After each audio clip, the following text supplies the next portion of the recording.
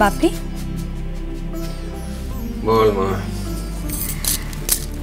তুমি এবার যে সিরিজটা আঁকছো না সেটা কিন্তু অসাধারণ, আর এটার জন্য তুমি একটা খুব বড় কোনো পুরস্কার পাবে। দেখো মোহন মা, একসময় তোমার বাপি হয়তো ছবি আঁকার পরে পুরস্কারের কথা ভাবতো, কিন্তু আজ আর প্রত্যাশা করে না। তবু বাপি, আমি তো বলছি আমাদের কথা ভেবে।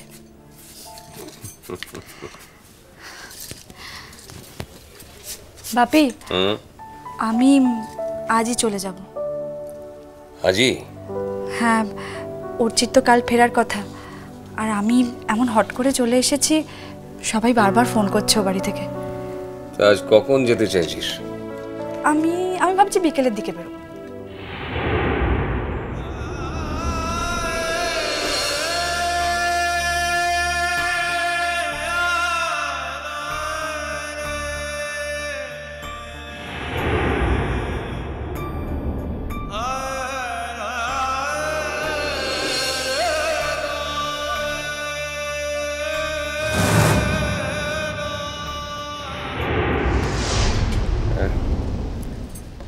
মন, শোন, আমি বিকেলে তোকে নিয়ে যেতে পারি। বাহ, তাহলে তো ভালোই হবে। আমি অবশ্য মনে মনে একটু এক্সপেক্ট করেছিলাম যে তুমি গেলে ভালোই হয়। পারবো, যেতে পারবো। তাহলে তো আর কোনো চিন্তাই নেই। তাহলে একটু দেরি করে বেরোলেও হবে, একটু সন্ধে সন্ধে যাবো। তুমি তো সাথেই আছো।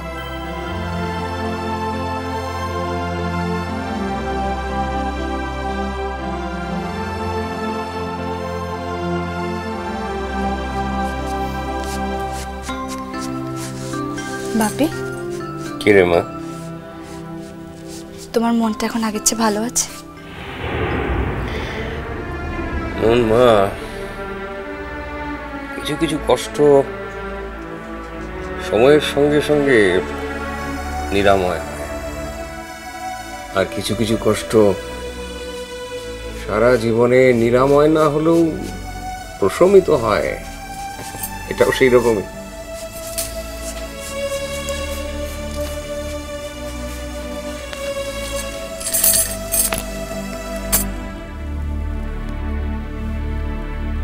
আমি জানি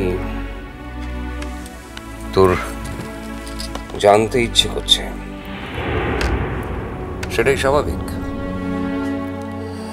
আর আমিও যদি কোনোদিন এ কথাটা দ্বিতীয় কাউকে বলতে পারি, তাহলে তোকেই বলবো। ঠিক আছে বাপি, এটা নিয়ে তো আমাদের আগে কথা হয়েই গেছে। তোমার যবে ইচ্ছা হবে তুমি তবে আমাকে বলো। মা, আমি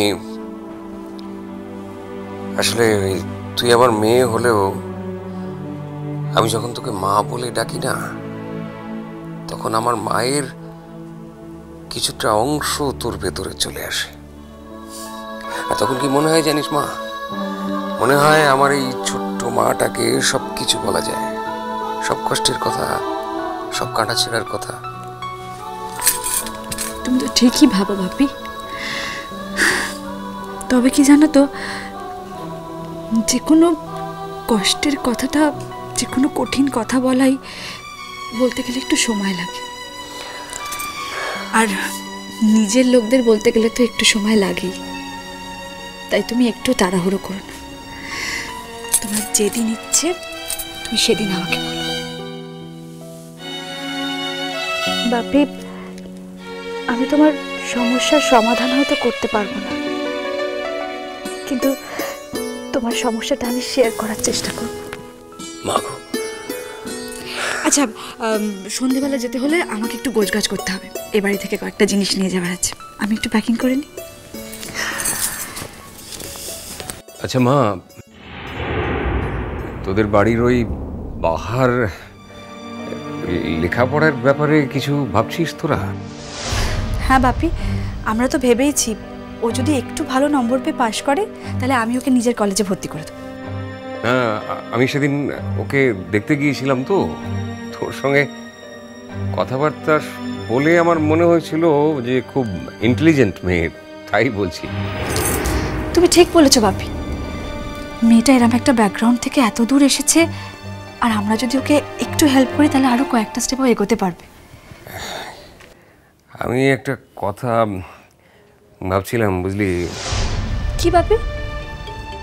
ভাবছিলাম যে সারা জীবনে তো সামাজিক কাজকর্ম করার তেমন সুযোগ হয় না, তো এই মেয়েটার লেখাপড়ার খরচ যদি আমি বিয়ার করতে পারতাম তাহলে অন্তত নিজের মনে হতো যে বাপি, একই তো কথা।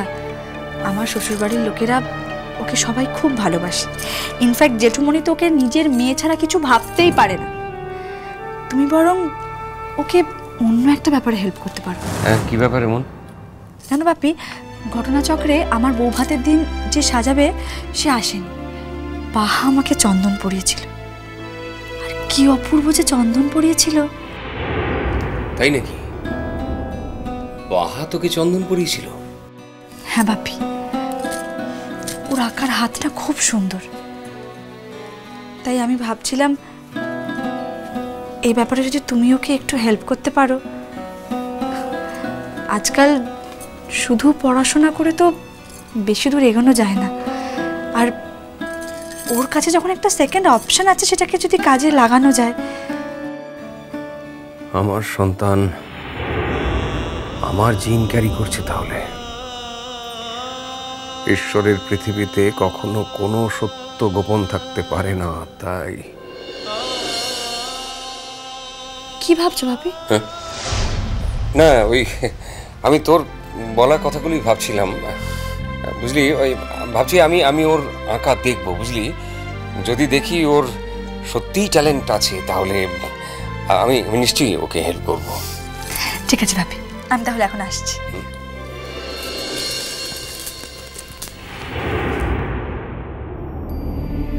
জানি না, আমার কন্যা হয়তো একদিন আমার থেকেও বড় শিল্পী হয়ে উঠবে।